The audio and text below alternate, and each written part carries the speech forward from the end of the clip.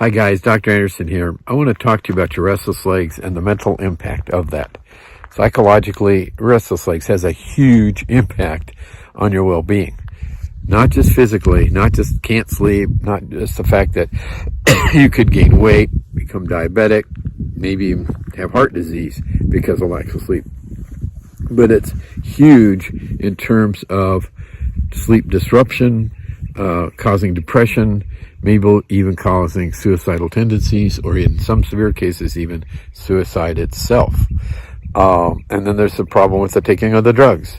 You may become addicted to drugs. You may have bad side effects from the drugs. Maybe once you get on these drugs, it's hard to get off the drugs. There are dopaminergic drugs that increase dopamine levels. Once you try to get off of those, you can get a reaction to that. It can be very hard to get off these medications once you start being medicated. So lots of issues with restless legs, believe me. And I'm reminded about the psychological effects by a patient named Phil. We interviewed him recently. He had surgery about 4 months ago from Oklahoma. Very smart guy. He saw a video about this, I think about 4 o'clock in the morning, like a lot of you do. He was searching and searching, and he had a hard time finding me. I was kind of surprised, but I think he had to type in the words decompression or compression or pressure on nerves. Anyway, that's how he found me. And really quickly, he got on board, read my book called A Perfect Night's Sleep, and made an appointment, and came in and had surgery done. And he's doing fantastic. So, and I'm going to call him an early adopter. A lot of you listening are not early adopters. He's in the minority. Most of you are going to hear this, and you're going to put it off to the side. I've had people wait 4 years before they come to see me. They've got to vet this more. Maybe they have, relatives, somebody that just doesn't think it's the real deal. And of course they don't, because you're not going to hear about this. Big Pharma doesn't want you to. They dominate the information you're getting about your restless legs. And you're not going to hear about peripheral nerve disorders in the lower extremity being a potential cause. So let's put that aside. But just get back to the psychological aspects of this. People without sleep, it can be very depressing. They wake up, they're exhausted. They go to work, maybe it's hard to focus. Without sleep, I think people tend to withdraw. They become very introverted. They become smaller beings because they're focusing on themselves all the time. Why am I so sleepy? Am I going crazy? I just saw a doctor. I don't think the doctor really understands the suffering I'm going through. My relatives don't really get it. Maybe even my family, they don't really understand. While they're sleeping, I'm not, and I'm getting up. I'm having to maybe take a hot shower. Maybe I'm having to get in the bathtub.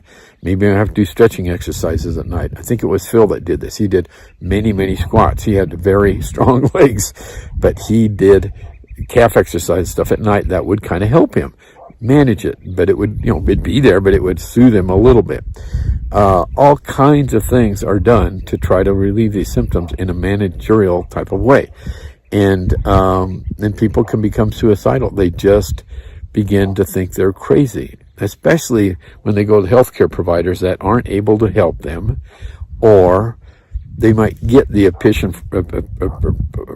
from themselves that they're crazy. Well, they're not. And I don't think doctors, I think most doctors are very well meaning. They're trying to help, but they're frustrated too because they're not able to do much for you.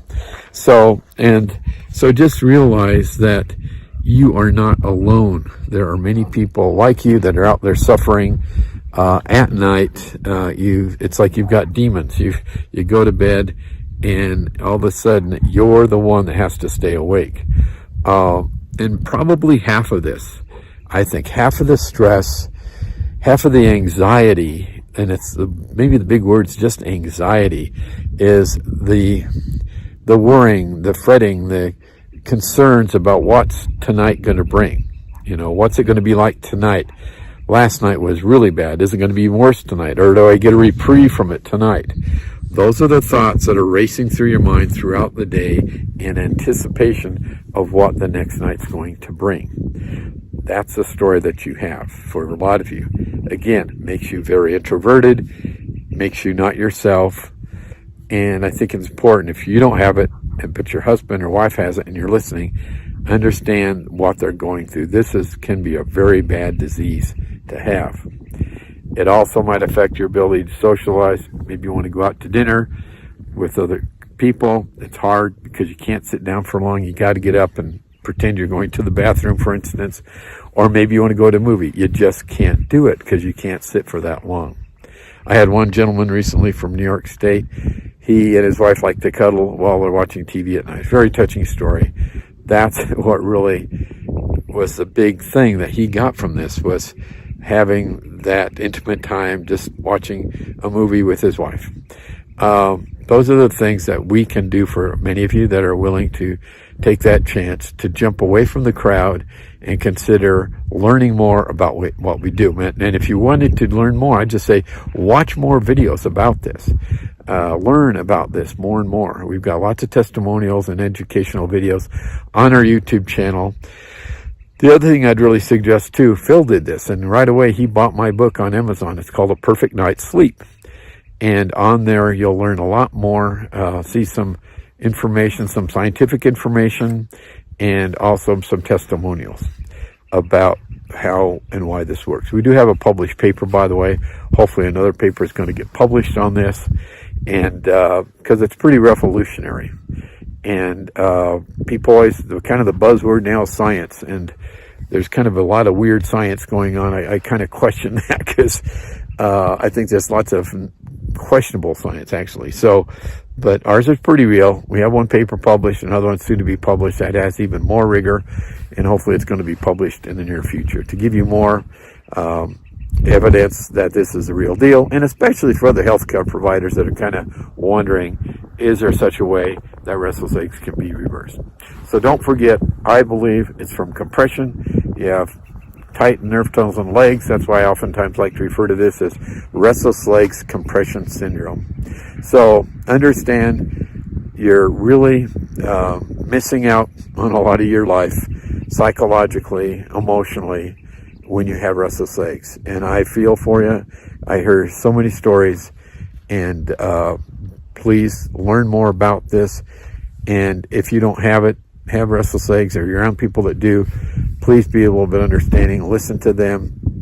Make sure you support them and help them get through this, because they need some space. They need some understanding about the exhaustion and maybe the depression that they might be going through. So anyway, thank you for watching. I better get back to my hike, and I hope you have a good weekend. I'm going to try to enjoy mine. And please subscribe to our YouTube channel. We're growing, and we appreciate your involvement with us. Thank you.